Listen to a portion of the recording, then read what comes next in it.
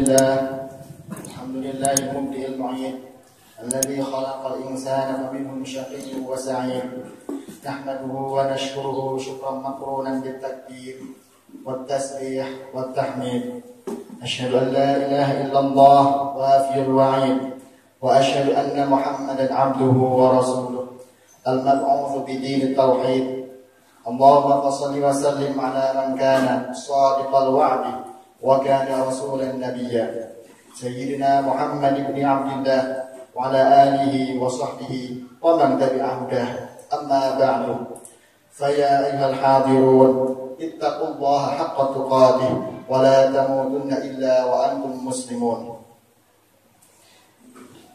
Hadirin jamaah Jumat yang dirahmati Allah, pertama-tama marilah kita panjatkan puja dan puji syukur kehadirat Allah Subhanahu wa taala yang telah menganugerahkan berbagai macam nikmat kepada kita semua, terutama nikmat iman dan Islam serta kesehatan jasmani dan rohani, sehingga pada siang hari ini kita dapat berkumpul untuk melaksanakan sholat Jumat di Masjid Al-Barakah yang tercipta ini.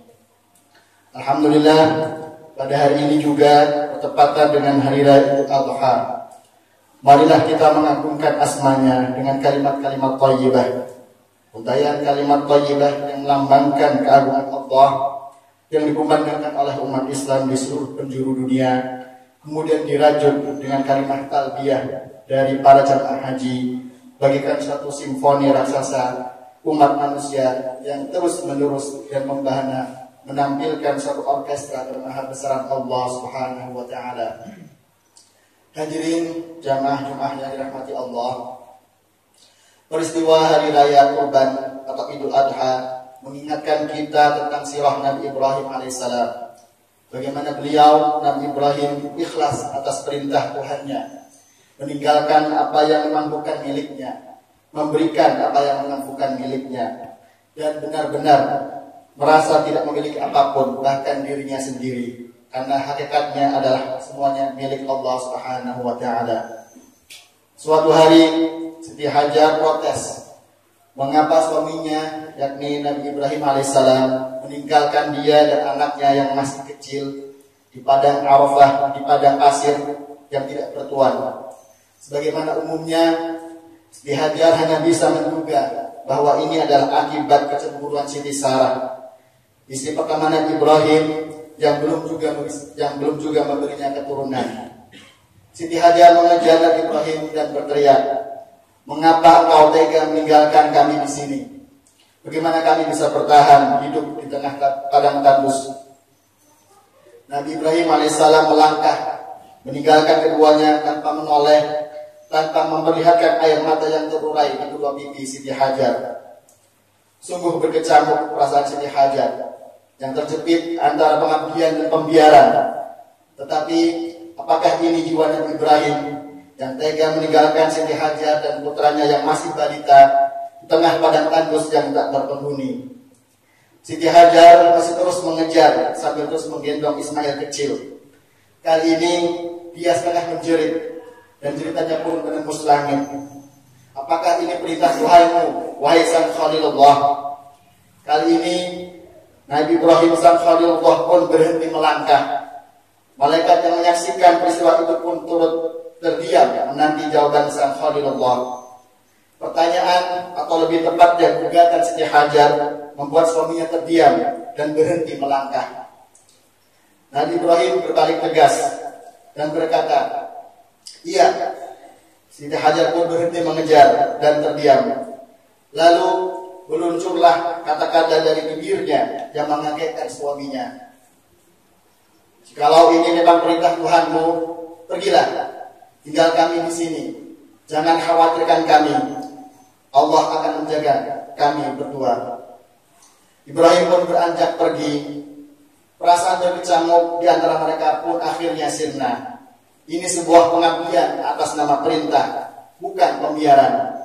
Peristiwa Siti Hajar, Nabi Ibrahim dan putranya Ismail kecil adalah romantisme keimanan dan wujud keluarga yang sakinah, mawaddah, warahmah.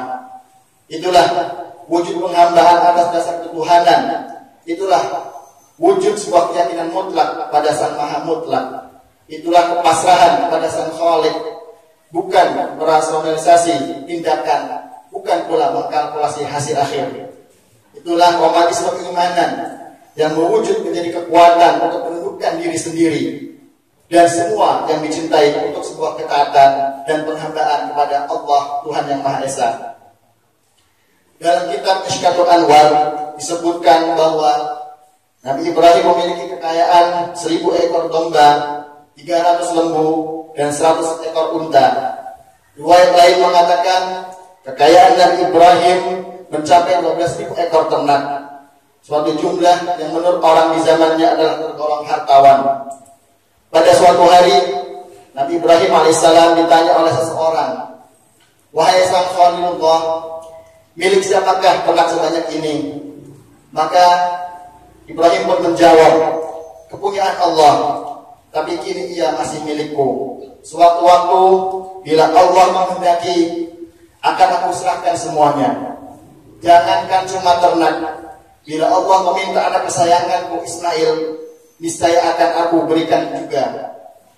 Ibnu Katsir dalam tafsir Al-Qur'anul Azim mengungkapkan pernyataan Nabi Ibrahim yang akan mengorbankan anaknya jika diminta oleh Allah, itulah yang kemudian dijadikan bahan ujian. Allah memuji iman dan takwa Nabi Ibrahim melalui mimpinya yang hak, agar ia mengorbankan putranya yang kala itu masih berusia 7 tahun. Anak yang elok rupawan, sehat, lagi cekatan, agar dikorbankan dan disembelih dengan menggunakan tangannya sendiri. Sungguh tidak rasional. Peristiwa spektakuler ini dinyatakan dalam Al-Quran. A'udzu billahi minasyaitonir rajim. Qala ya bunayya inni ara fil manam anni arba'uka fanzur madza tara. Qala ya abati if'al ma tu'mar satajiduni insyaallahu minas sabirin. Artinya, Nabi Ibrahim berkata, "Hai anakku, sesungguhnya aku melihat dalam mimpi bahwa aku menyembelihmu. Maka fikirkanlah olehmu apa pendapatmu." Ismail pun menjawab, "Wahai bapakku, kerjakanlah apa yang diperintahkan kepadamu.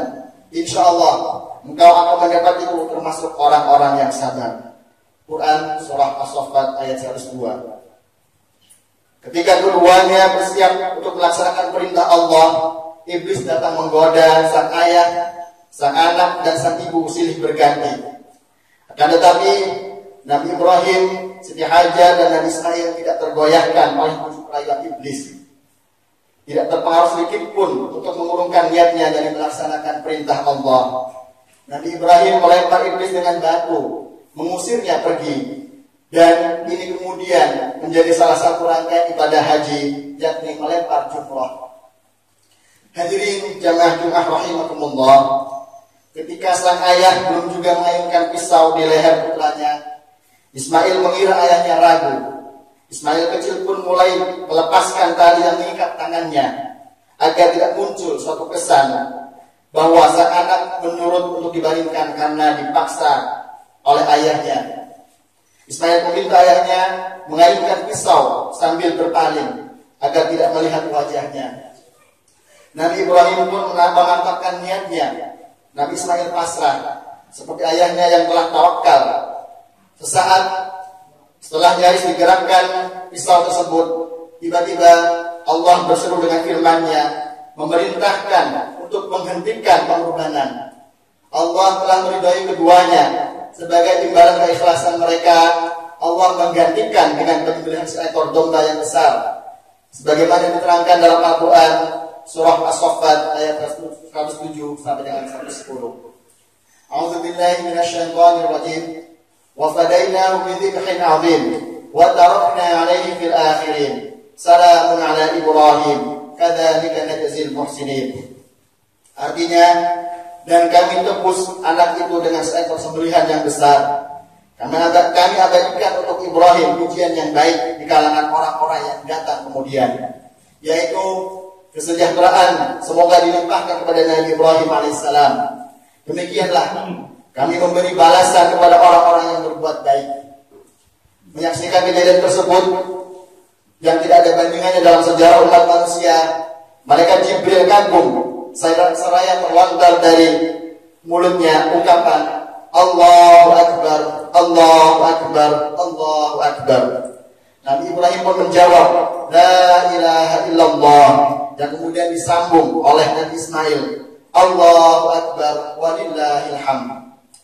Hadirin jamaah Jumat rahimakumullah, inilah sejarah pertama kurban di hari raya Idul Adha yang kita peringati pada hari ini.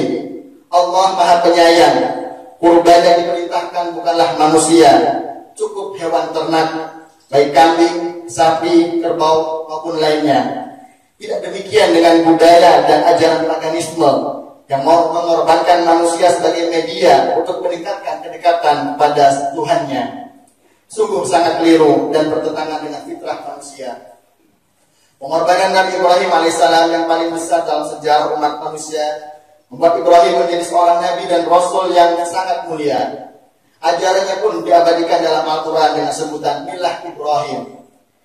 Dari sejarahnya itu maka lahirlah kota Mekah dan Ka'bah sebagai kiblat umat Islam dari seluruh dunia. Dengan air Zam-Zam yang tidak pernah kering sejak ribuan tahunan yang silam, sekalipun tiap harinya diambil berjuta liter. Sebagai tonggak jasa seorang wanita yang paling sabar dan tabah, yaitu Siti Hajar dan putranya Nabi Ismail.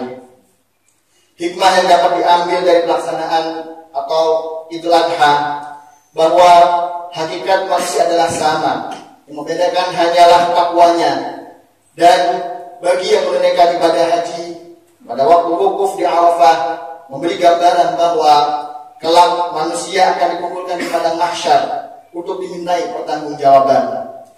Di samping itu, pesan dan iktibar yang dapat diambil dari peristiwa tersebut adalah yang pertama, perintah dan ketentuan yang telah digariskan oleh Allah harus dilaksanakan, harus dicampur dengan istiqaat sami'na wa ata'na.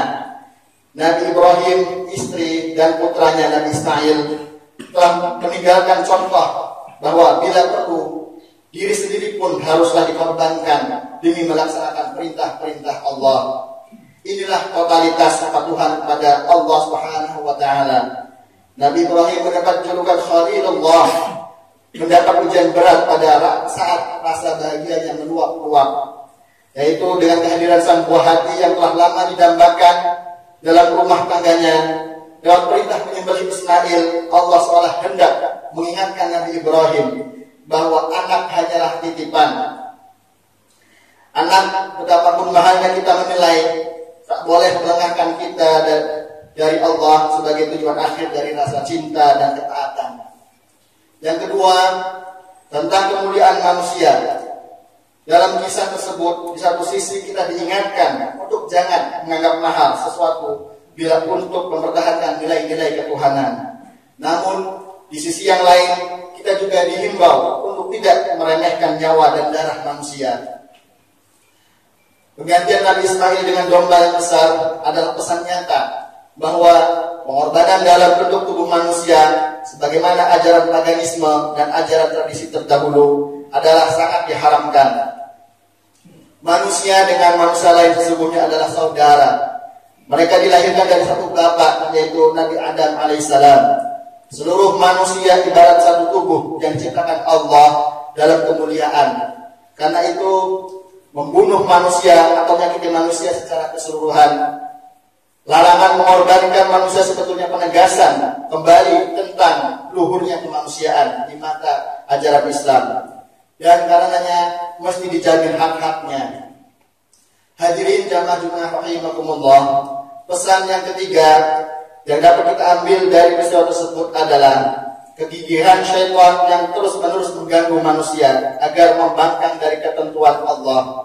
Syaitan senantiasa terus berusaha menyeret manusia ke jurang kemaksiatan dan pelanggaran. Allah berfirman, "A'udzubillahi minasyaitonirrajim, wa la tattabi'u khutuwatis syaitan, innahu lakum aduwwun mubin."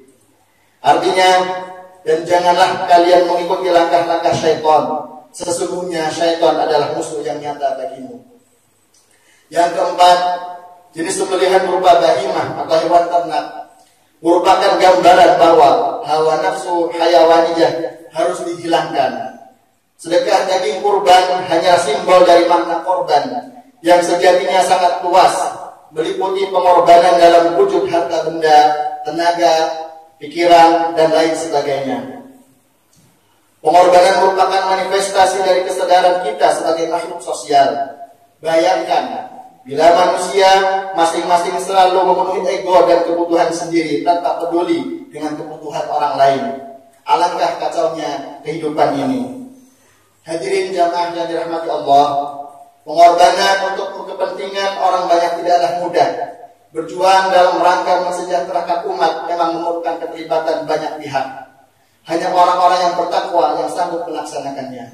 Mudah-mudahan hari Idul Adha kali ini mampu menggugah kita untuk rela berkorban demi kepentingan agama, bangsa, dan negara. Amin, amin, ya rabbal alamin. A'udzubillahi minasyaitonir rajim. Bismillahirrahmanirrahim. Inna a'tainakal kautsar fasholli li rabbika wanhar. Inna syani'aka huwal abtar. Barakallahu li wa lakum fil Qur'anil 'azim wa nafa'ani wa iyyakum bima fihi minal ayati wa dzikril hakim. Wa taqabbala minni wa minkum tilawatahu innahu huwas sami'ul 'alim. Aqulu qawli hadza wa astaghfirullahal 'azim li wa lakum fastaghfiruhu innahu huwal ghafurur rahim.